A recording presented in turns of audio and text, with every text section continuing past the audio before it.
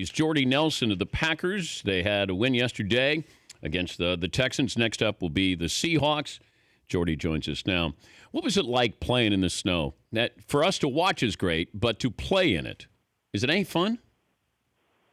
It's a lot of work to constantly try to stay dry, keep the hands dry, the officials keeping the ball dry. And then into the second half, it seemed like the snow really started accumulating on the bottom of our cleats. So in between every play, we're banging our cleats together, trying to keep the spikes clean so we could have traction. So it was a little different. I think it's the first game I've had that's been a full snow game like that. I've had a couple where it maybe started snowing in the fourth quarter, and those are a little better because hopefully you got a nice lead and then you can enjoy the snowfall and have fun at the end. But it was a battle, and we'll just take the win and move on.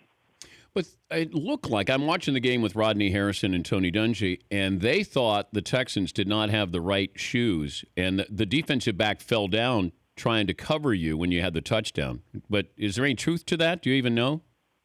I don't know. I mean, I know he fell down, but I don't know what cleats they were wearing. I'm sure they have access to all the shoes. I mean, 7 studs or the molded or whatever they want. So that is one advantage of playing up here throughout the years, and obviously being at home is we know what works best, and they kind of have to adjust on the fly if they want, or it might take too much time for them to get it done. But I don't want to offend you. I hope I didn't. That the only way you got a touchdown is if the defensive back fell down, Jordy. Did I offend you?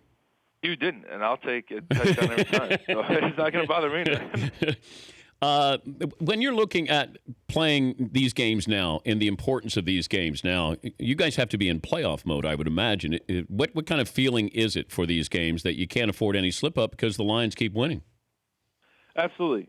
We know we put ourselves in this situation by the way we played earlier in the year, and it's just the way it is. So we take it week by week, but we understand that every game is extremely important. Even if we win out, we still need help. So we can't give one back and ask for more help. So it's one of those things that we got to lock in each week, make sure we prepare. We got a tough one coming up Sunday against Seattle. But, it's one of those things that it kind of puts you in that playoff mode. And we were there a few years ago when we won the Super Bowl, had to win out. But this is a few more games than what that was. But maybe it'll just allow us to build some momentum and make a run at it. Also, from afar, we keep hearing, it looks like you're getting your legs back. You'll hear the announcer. I don't know what that means, Jordy. So are you getting your legs back after surgery? I think what it means is it's a week-to-week thing that if I have a really good game, then my legs are back. If I don't, then I've kind of lost a step. So this week my legs were back. We'll see what happens next week, I guess. Do you like the challenge with Seattle? You know it's going to be physical. You know they're going to talk, although Earl Thomas is done for the year with the broken leg. But do you look forward to Seattle more than somebody else? I don't know if you look forward to it more. I think it's a fun challenge, and it's one of those things that obviously they've had a great defense for years. We've had some great matchups against them, obviously some big games, and it's a great challenge. So when you play this game, you want to go against the best, and obviously they have a lot of great defensive players that will create some great challenges for us. So it'll be a battle. It'll be nice to have them here instead of going to Seattle, and it'll be a good matchup. So, and I think the talking is. I think it's always a two-way street in the conversation, the talking thing.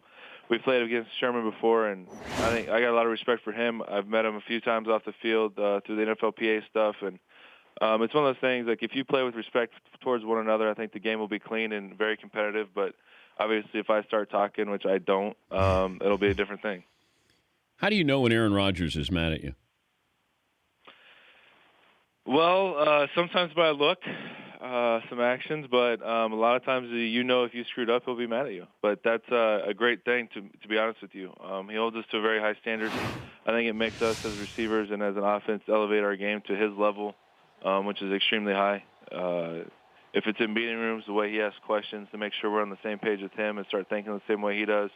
If it's on practice, and then taking it to the practice field and make sure we're executing, and especially if we've discussed something in a meeting, and to make sure we carry that over and into the execution and practice, because that gives him the confidence going into a game that he can rely on us to make the play. Are you allowed to be mad at him? Absolutely. After 9 years, I've gained some credibility to give him. I don't know about mad. I'll take that back. I don't know if I can be mad at him because he is the one that has to throw me the ball. So we still need to be on good terms. But I can razz him a little bit on different things. So especially if I happen to be correct and he might be a little off. Do you buy him a Christmas gift? I have not. We'll see how the next couple of weeks go if I need to give him a Christmas gift. Wow. Have you bought him one before and he bought you one? Yes, I think both ways. And don't ask what it was because I don't remember. So something really meaningful to you. Absolutely. It probably meant a lot to the heart. So. Well, congrats so far on the season. Now 6-6, and the Seahawks coming to town. Jordy, thanks for joining us. No problem. Thanks for having me. All right, Jordy Nelson. The Dan Patrick Show, weekday mornings on Audience.